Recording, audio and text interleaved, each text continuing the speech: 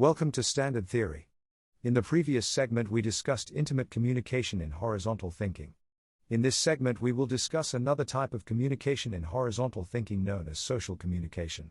In the previous segments, we discussed both intimate and silent communication.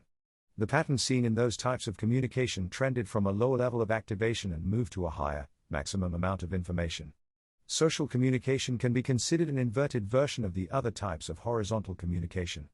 This can be considered since the trend of social communication is to begin with the maximum amount of awareness that one has achieved in terms of previous compression and, from there, trend toward an increasingly more specific aspect of those processes. Also, the experience of silent communication began with securing a self-identity which disregards the external environment for favor of internal processing. Social communication, though, begins with the separation from individuality. The maximum or associated amount of separation from individuality is referred to as a social identity. Another point to be made is the trend of the numbering of characteristics. In silent and intimate communication, the trends began and the first characteristic and increased to the second, third and so on. In social communication, though, the separation of individuality is considered to be the maximum increase of separation from individuality. For that reason, the numbering social communication begins at the 9th characteristic and proceeds to the 8th and 7th characteristics. This gives the overall trend of horizontal thinking to be described as 1, 2, 3, 4, 5, 6, 9, 8, 7 when considering stepwise activation. In the 9th characteristic there is a specific amount of information that has been experienced by a person. This is directly related to the number of vertical subtractions that a person has experienced. As mentioned previously, intelligence is defined by the high-energy combinations of these subtractions. In social communication, during the separation of individuality, the process of social communication correlates to accessing every subtraction at once rather than choosing a specific subtraction to compose with one another. This can be thought to be handled by the frontal lobe, where a platform for high-energy comparison can be handled without the need to choose any specific compression. The separation from self-identity occurs once all of the subtractions that a person is capable of are considered. The total amount of all of these subtractions is the measure of separation from individuality or as a measure of social identity. According to standard theory, the measure of social identity depends on the experiences of the individual.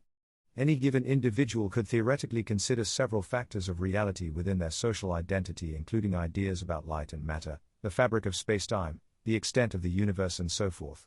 For another individual, the separation of individuality might contain some ideas about the earth and moon and stars.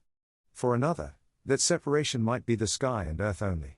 For others, the idea of a country or state or city. And moreover, the separation may not extend from the physical reality of that person themselves. The measure of the separation of individuality gives a magnitude of social identity. This is much more important in other thinking types, but we will not discuss that now. Within the separation of individuality or within the social identity there can be subsets of information. That is, the understanding of smaller ratios of information within the bigger picture.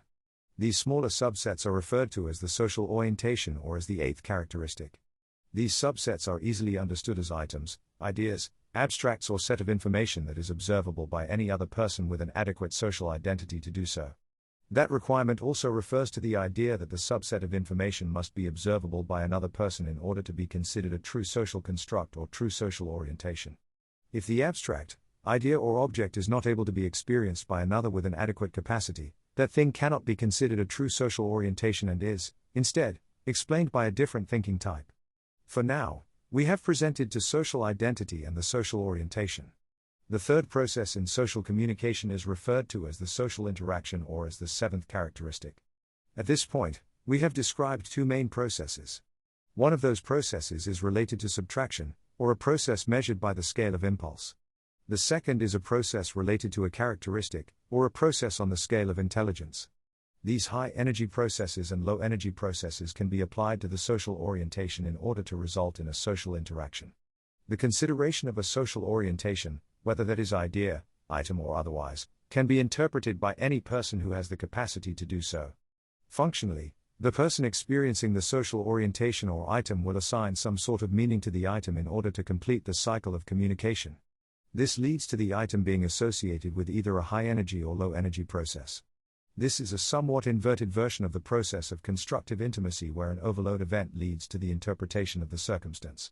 In social communication, a subset of information is interpreted to have intrinsic meaning based on the presentation of that item within the separation of individuality. If the item is interpreted to be meaningful, there is a chance that the social identity will be associated with a high energy process within that separation of individuality. If there's not enough meaning associated with that item, there is a chance that the item will be associated with a low energy process or either have its meaning refuted. The association of high or low energy processes in social interaction relies on a specific set of factors, including the intelligent personality of the individual interpreting these things, the item itself, as well as the separation of individuality in which that item is presented. In any sense, though, the pattern of social communication will trend from a large view of some set of information to subset of information and, from there, an interpretation of that subset in a high or low energy association. This process can repeat a specific ratio of times similarly to the other processes in intelligence.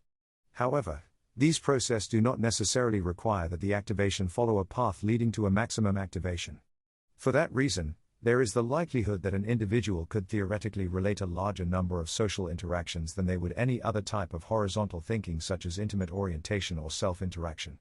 Because of this, there is also the chance that the interpretation of self-interaction as well as other types of social communication can replace and influence other versions of communication.